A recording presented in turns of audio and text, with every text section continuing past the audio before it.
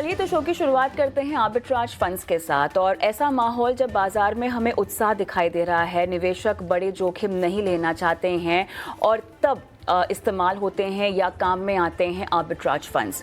ये फंड्स दिखते तो आम है पर काफ़ी समझदारी का काम करते हैं। बिना ज़्यादा जोखिम लिए बाजार के उतार चढ़ाव से मुनाफा कमाना इनकी खासियत होती है।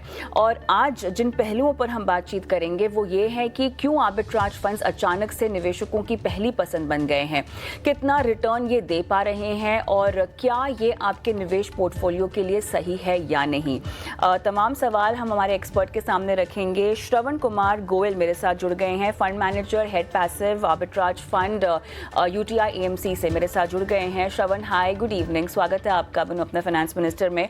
और श्रवण, आर्बिट्राज फंड भले ही ये सुनने में बहुत कॉम्प्लिकेटेड लगते हैं लेकिन उनका काम बहुत आसान होता है। कैश में खरीदारी और फ्यूचर्स में रणनीति बनाकर चलते हैं, उसके मुताबिक जो है उतार चढ़ाव और अपने ड्यूरेशन के हिसाब से अपनी स्ट्रैटेजीज को रिवर्स करते हैं। मैंने बहुत टेक्निकल डेफिनेशन यहाँ पर दी है, मैं आसान भाषा में चाहती हूँ कि आप समझाएं कि बतौर फंड मैनेजर सब आर्बिट्राज फंड में किस तरह की रणनीति और स्ट्रैटेजीज अपनाते हैं। धन्यवाद कविता जी।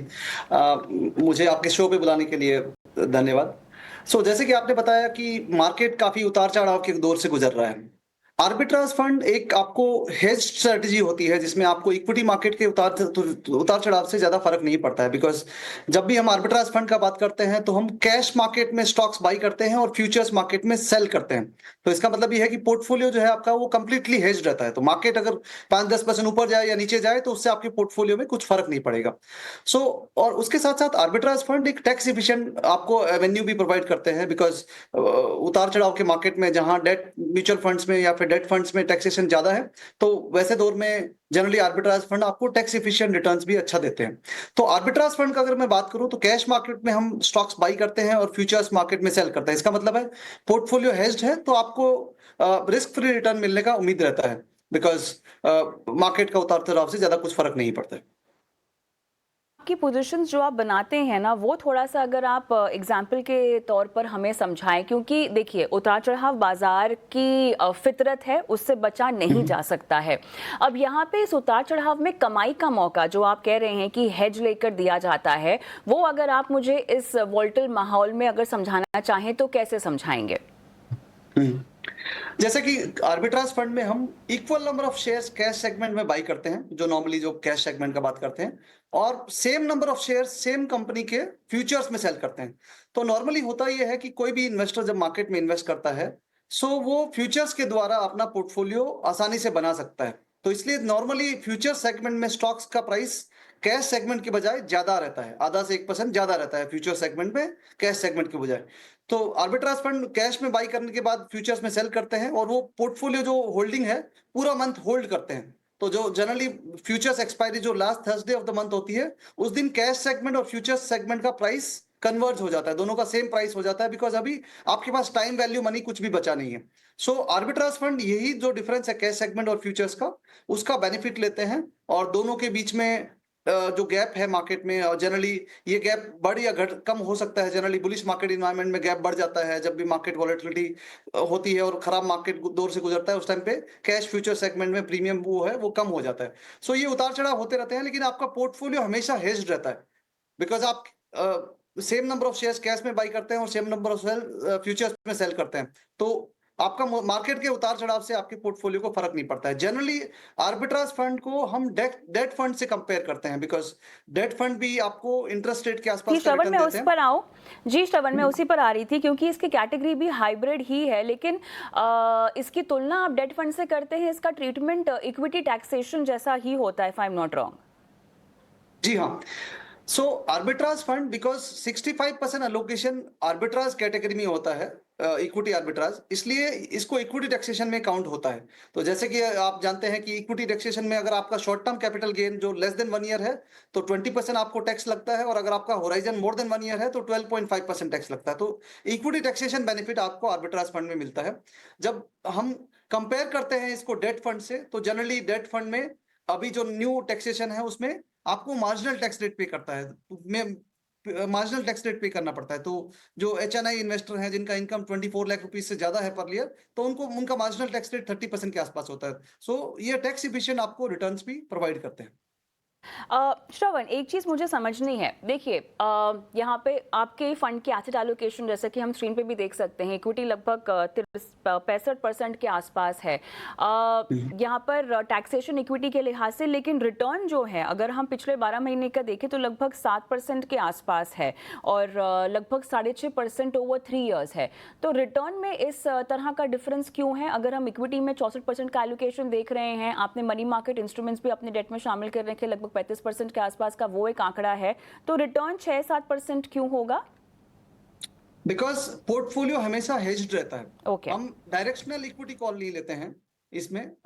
जैसे कि मैंने बताया कि आर्बिट्राज फंड में जब भी हम पोजीशन क्रिएट करते हैं तो हम फ्यूचर्स और कैश सेगमेंट के जो प्रीमियम है फ्यूचर सेगमेंट में कैश सेगमेंट के बजाय उसके आधार पे अपना पोर्टफोलियो तैयार करते हैं। तो हम ज्यादातर अपना होल्डिंग वैसे स्टॉक्स में रखते हैं जिसमें फ्यूचर्स प्रीमियम कैश मार्केट के मुकाबले में ज्यादा हो, सो जिससे कि हम वो पोजीशन क्रिएट करके अपना बेनिफिट ले सके।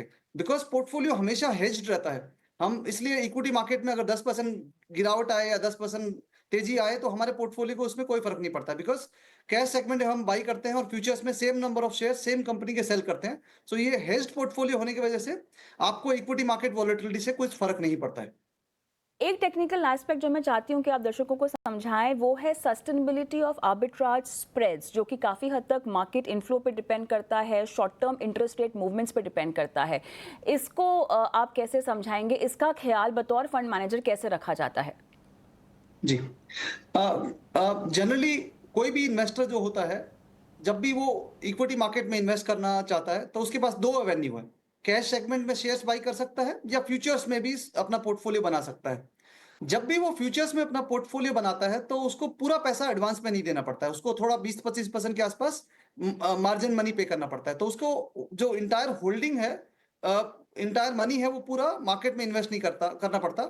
इसकी वजह से इन्वेस्टर्स एक आप एक तरह से जितना आपका कैपिटल है उसके 3-4 गुना आप भी पोर्टफोलियो क्रिएट कर सकते हैं। तो ये फीचर्स प्रोवाइड करने के लिए इन्वेस्टर को फ्यूचर्स में प्रीमियम देना पड़ता है, बिकॉज उसको पूरा पैसा एडवांस में नहीं देना पड़ता। इसलिए फ्यूचर्स जो है वो जनरली प्रीमियम पे ट्रेड करते हैं कैश सेगमेंट के मुकाबले में। सो जनरली आर्बिट्राज का जो फंड का रिटर्न है वो cash short term capital short term interest rate से उससे लिंक्ड होता है। जैसे कि हम 2-3-4 साल पहले इंटरेस्ट रेट 4-5% के आसपास थे, तब आर्बिट्राज फंड का रिटर्न भी 4-5% के आसपास आता था। लास्ट 1-2 साल में इंटरेस्ट रेट थोड़े ज्यादा थे तो उस टाइम पे आर्बिट्राज का रिटर्न 7 से 7.5% के आसपास का आया है। जब हम इंटरेस्ट रेट अभी थोड़ा गिरना चालू हुआ है, 30-40-50 बेसिस पॉइंट में इंटरेस्ट रेट में गिरावट आया है, तो आर्बिट्राज फंड्स का रिटर्न भी थोड़ा कम हो जाएगा, बिकॉज फ्यूचर्स जो प्रीमियम है कैश सेगमेंट के मुकाबले में वो शॉर्ट टर्म इंटरेस्ट रेट से इन्फ्लुएंस होता है। अगर शॉर्ट टर्म इंटरेस्ट रेट में गिरावट आती है तो फ्यूचर्स का प्रीमियम भी कम होता है और इससे आर्बिट्राज फंड्स का रिटर्न भी थोड़ा कम हो जाता है। बट जनरली हम एडवाइस करते हैं कि आप आर्बिट्राज फंड को liquid fund, money market fund, short term duration fund इनसे कंपेयर करिए, बिकॉज आर्बिट्राज फंड में जब भी आप इन्वेस्ट करते हैं तो जनरली हम टाइम होराइजन 3 से 6 मंथ का बताते हैं, बिकॉज एक ड्यूरेशन रिस्क होता है।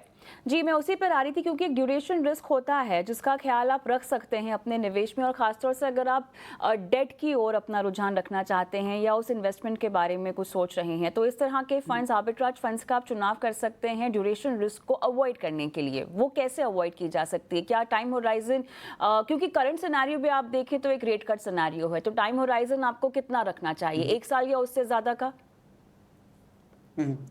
जनरली जो आर्बिट्राज है, जैसे कि आपने बताया कि 65% के आसपास इक्विटी आर्बिट्राज होता है, तो उसमें इंटरेस्ट रेट ड्यूरेशन का कोई रिस्क नहीं है।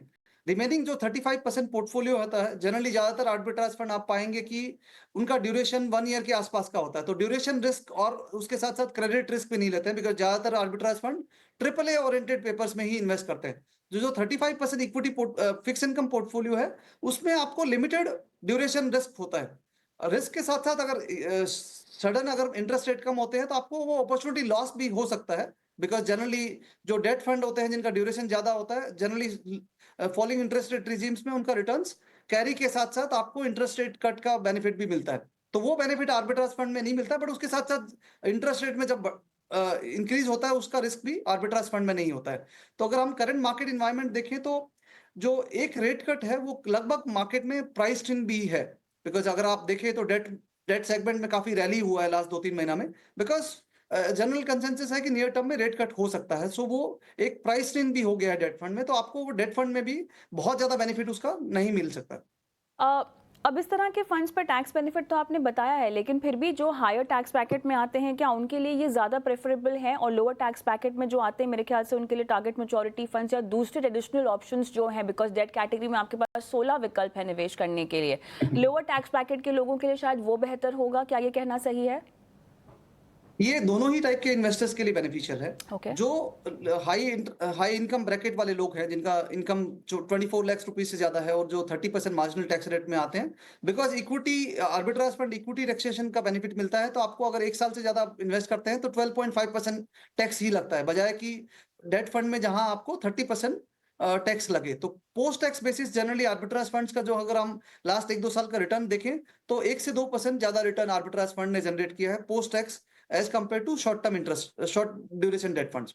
अगर हम दूसरे कैटेगरी के बात इन्वेस्टर्स का बात करें जो लो इनकम में है, तो उनका मार्जिनल टैक्स रेट डेट में है वो कम होता है, बट जनरली इक्विटी सेगमेंट में अगर आपका गेन जो है, entire gain, long term capital gain 1.25 lakh rupees अगर एनुअल होता है, तो आपको कोई भी टैक्स देना नहीं पड़ता है, तो आप उसका भी सेट ऑफ आपको कंप्लीटली मिलता है। तो ये दोनों ही टाइप के इन्वेस्टर्स को, हाई नेटवर्थ इंडिविजुअल्स है, उसके साथ साथ जो नॉर्मल मिडिल क्लास फैमिली है, उनके लिए भी बेनिफिशियल है। तो मेरे पास श्रवण, मेरे पास किस तरह के डेट फंड्स अगर हो तो आर्बिट्राज फंड लेने में समझदारी नहीं है? मेरे पास किस तरह के डेट फंड्स हो तो आर्बिट्राज फंड लेने में समझदारी नहीं है, क्या कहेंगे? तो जनरली हम एडवाइस करते हैं कि आप आर्बिट्राज फंड कैश मैनेजमेंट और लिक्विडिटी मैनेजमेंट के लिए यूज कर सकते हैं, बिकॉज आपका time horizon 3 to 6 month arbitrage fund में सुटेबल है।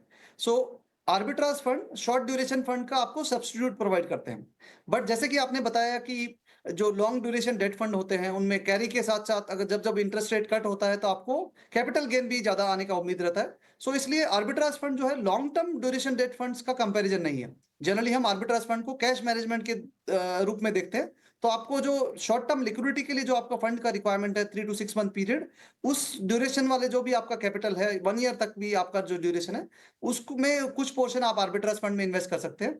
बट जब अगर आपका व्यू है कि नेक्स्ट 1-2 साल में इंटरेस्ट रेट कट हो सकता है, तो आपको कैरी के साथ साथ एडिशनल कैपिटल गेन भी आने का उम्मीद रहता है। तो आर्बिट्राज फंड्स को लॉन्ग टर्म ड्यूरेशन फंड से कंपेयर नहीं करना चाहिए, चलिए, बिकॉज दोनों का ऑब्जेक्टिव काफी डिफरेंट है। एब्सोल्युटली। श्रवण, आपके फंड की बात करते हैं, अब यूटीआई के आर्बिट्राज फंड की हम बात करते हैं और आपके इक्विटी एलोकेशन पे बात करना चाहती हूँ मैं। इक्विटी एलोकेशन की रणनीति फ्लेक्सी कैप होगी या मल्टी कैप होगी, या वो फ्री टू डिसाइड है बाय द फंड मैनेजर? जी जी, अगर हम इक्विटी स्ट्रेटेजी की बात करें तो जनरली आर्बिट्राज फंड में हम अपना portfolio large cap, mid cap, small cap, तीनों ही कैटेगरी में इन्वेस्ट करते हैं। जब भी हम आर्बिट्राज फंड में डिसीजन लेते हैं तो हमारा डिसीजन कंपनी स्पेसिफिक डिसीजन नहीं होता है कि ए कंपनी या बी कंपनी में इन्वेस्ट करना चाहिए या लार्ज कैप या मिड कैप में करना चाहिए।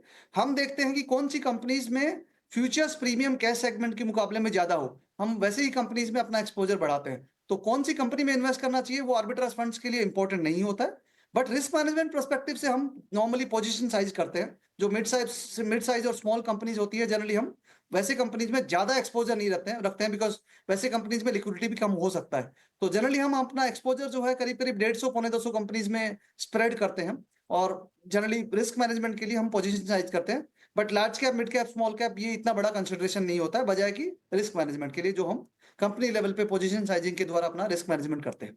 स्पेसिफिक, श्रवण, सेक्टर स्पेसिफिक एक्सपोजर बताएंगे, बिकॉज कंपनी स्पेसिफिक में आईसीआईसीआई बैंक दिखाई दे रहा है, रिलायंस इंडस्ट्री, ये दोनों 4-4% के पार का आपका एक्सपोजर है। बाकी HDFC, bank of Baroda, Punjab national. तो बैंकिंग स्पेस पे ज़्यादा आप बुलिश हैं, मेजर लार्ज कैप्स में ही मेरे ख्याल से आपका फोकस होगा। टॉप 5 सेक्टर्स फिर आपके कौन से होंगे?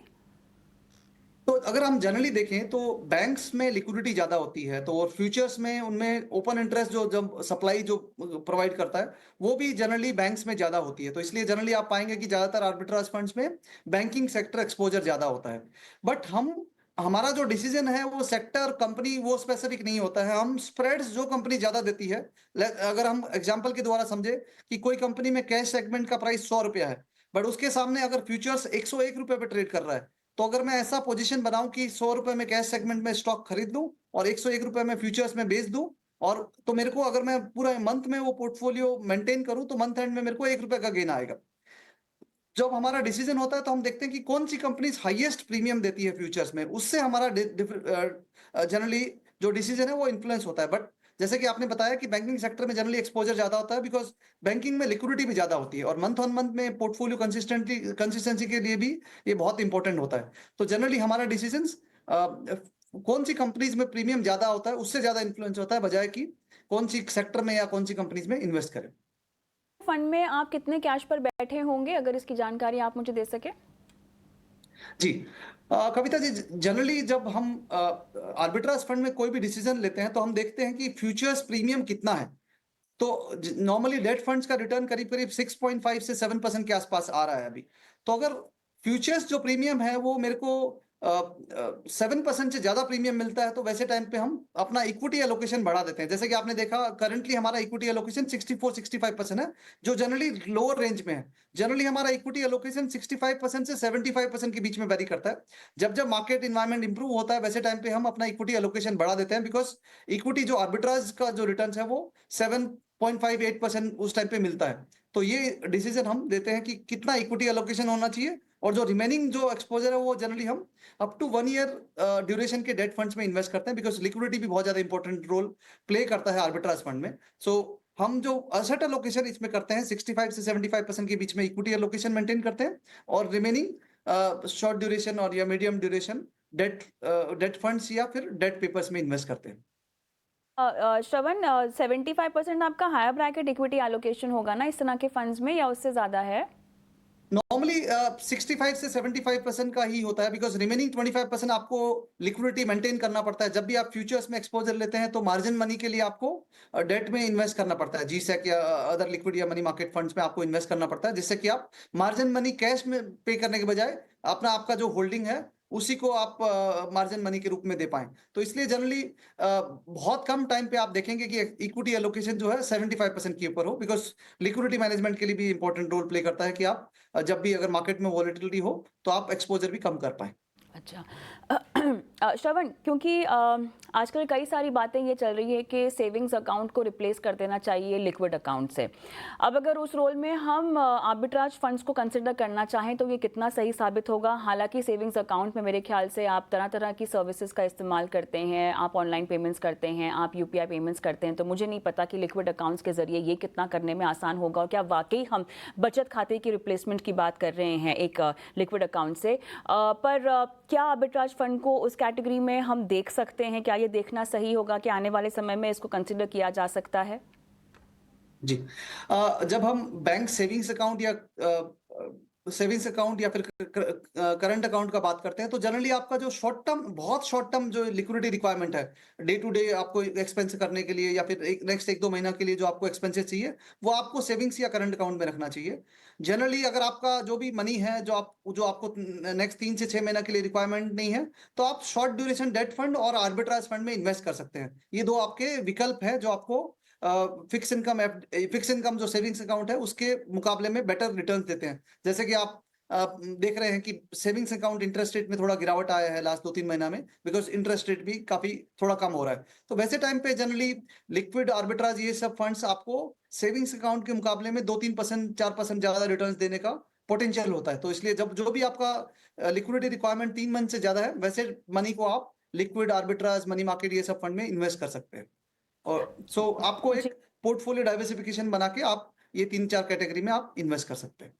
एक आखिरी सवाल पूछना चाहूंगी, उसके बाद इस डिस्कशन को हम समेटेंगे। देखिए, आप तो फंड मैनेजर हैं, आप आर्बिट्राज फंड को हेड भी करते हैं, तो मैं आपसे सीधा जवाब की उम्मीद नहीं करती हूँ, लेकिन फिर भी फिक्स डिपॉजिट में तो जाने की सलाह नहीं ना देंगे। आप तो यही कहेंगे कि आर्बिट्राज में पैसे डालें। हाँ, जैसे कि मैंने बताया, बहुत शॉर्ट टर्म जो आपका मनी है डे टू डे एक्सपेंसेस के लिए वो आप बैंक्स अकाउंट में रखिए। बट जो आपका 3 महीना, 6 महीना, 1 साल का रिटर्न्स जो आपका लिक्विडिटी रिक्वायरमेंट अगर नहीं है वैसे लार्ज पोर्शन आप लिक्विड मनी मार्केट और आर्बिट्राज फंड में इन्वेस्ट कर सकते हैं। तो जनरली हम आर्बिट्राज फंड में minimum 3 months time horizon advice करते हैं। जो भी आपको पैसा 3 मंथ्स तक जरूरत नहीं है वो पैसा आप आर्बिट्राज फंड में इन्वेस्ट कर सकते हैं। बिकॉज अगर आप लास्ट 1-2 साल का रिटर्न देखें तो लगभग 7-7.5% के आसपास का रिटर्न आर्बिट्राज फंड में प्री टैक्स आया है। और अगर पोस्ट टैक्स का बात करें, because long term capital gain अगर आप जब भी मोर देन 1 ईयर के लिए इन्वेस्ट करते हैं तो 12.5% के आसपास ही टैक्स रेट है। जो अगर आप पोस्ट टैक्स बेसिस पे अगर आर्बिट्राज फंड्स को आप बैंक एफडी या फिर लिक्विड मनी मार्केट जो शॉर्ट ड्यूरेशन डेट फंड्स है उनसे कंपेयर करें तो आप पाएंगे कि लास्ट 1-2 साल में करीब करीब 1 से 2% ज्यादा रिटर्न आर्बिट्राज फंड ने दिया है ये कंपेरेबल डेट और फिक्स बैंक एफडी और सेविंग्स अकाउंट के मुकाबले में। तो पोस्ट आप टैक्स कुछ रिटर्न पोर्शन जी आर्बिट्राज फंड में भी इन्वेस्ट कर सकते हैं। पोस्ट टैक्स रिटर्न का लोगों को अक्सर ध्यान में नहीं होता है जब वो फिक्स डिपॉजिट में निवेश करने के बारे में सोचते हैं। जो ध्यान में आती वो बात है सेफ्टी और सिक्योरिटी। बहरहाल तमाम बारीकियां आपने समझाई आर्बिट्राज फंड को लेके। बहुत बहुत धन्यवाद श्रवण, आज आपने समय दिया हमें।